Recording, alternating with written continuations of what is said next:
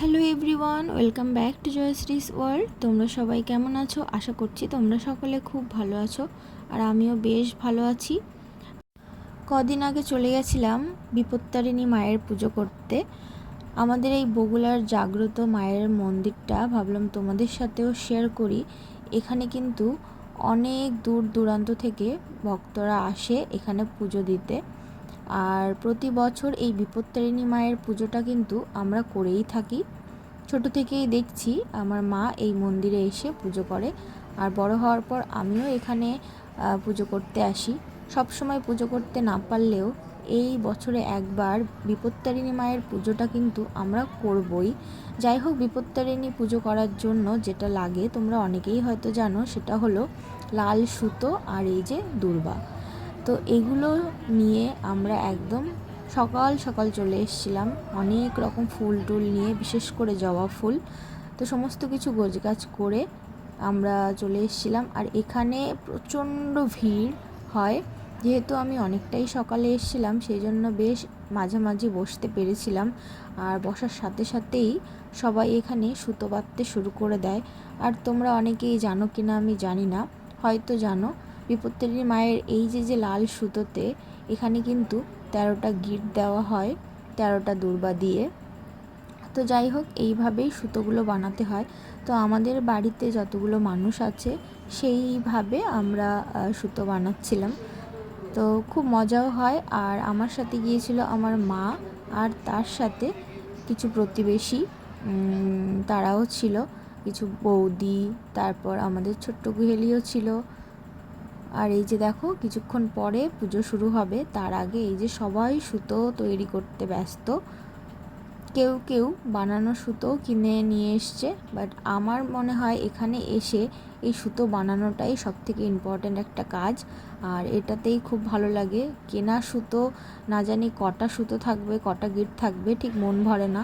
এখানে এসে একদম গুনে গুনে 13টা সুতো, 13টা গিঁট, 13টা দূর্বা দিয়ে খুব সুন্দরভাবে আমরা এখানে সুতো বানাই। দেখো, দেখতে দেখতে এই যে সমস্ত সুতোগুলো রেডি হয়ে গেছে। তো এগুলো নিয়ে এখন বসে পড়েছি।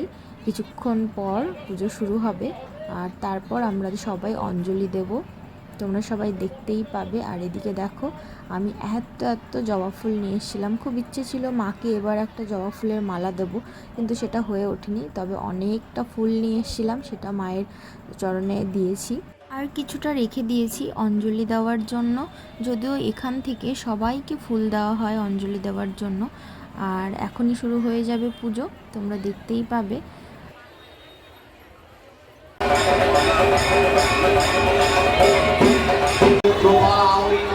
যারা এইমাত্র এসেছেন পুজো দিতে, তাদের মধ্যে যারা আমাদের দ্বিতীয় পুজো অনুষ্ঠিত হবে বেলা 1টা থেকে। আপনারা দ্বিতীয় পুজোতে অংশগ্রহণ করবেন। আমাদের মন্দিরের পেছনে দোতলার উপরে জায়গা আছে, সেখানে আপনারা পরবর্তী পুজো অনুষ্ঠিত হবে তখন আপনারা থেকে জানাচ্ছি আমাদের দ্বিতীয় পুজো অনুষ্ঠিত হবে বেলা 1টা।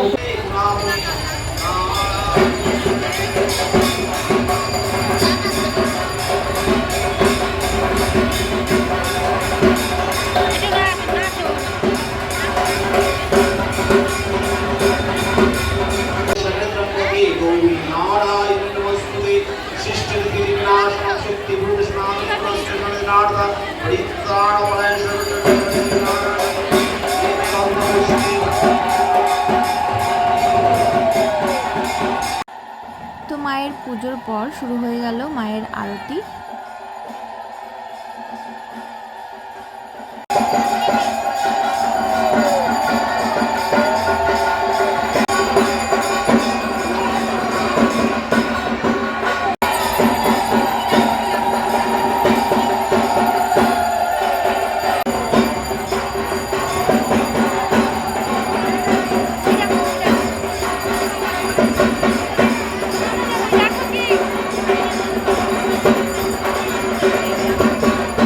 তোমরা তো দেখতে পেলে মায়ের আরতি, আর এই আরতি দেখতে আমার ভীষণই ভালো লাগে, কি বলবো। যাই হোক, আরতি শেষের পরে এবার আমাদের অঞ্জলি শুরু হয়ে গেল। আর অঞ্জলির জন্য দেখো হাতে ফুল নিয়ে বসেও পড়েছি। আর এখানে দেখো আমার হাতে কত রকমের জবা বলো তো। তো যাই হোক, ওখান থেকেও ফুল দিয়েছিল, আমরাও ফুল নিয়ে এসেছিলাম। সব মিলে আমি দেখতে পাচ্ছিলাম আমার কাছে অনেক রকম জবা হয়ে গেছে।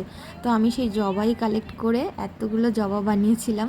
কি সুন্দর লাগছিল তোমাদের কি বলবো। যাই হোক, জবা ফুল আমার সবথেকে প্রিয় ফুল। আর দেখতে পাচ্ছ এখানে নানান রকম জবা ফুল নিয়ে আমি বসে পড়েছি মায়ের অঞ্জলি দেওয়ার জন্য। আর এখানে যে মা আছে, এই মায়ের কাছে কিন্তু তোমরা যে যা চাইবে সেটাই পাবে। মা ভীষণ জাগ্রত।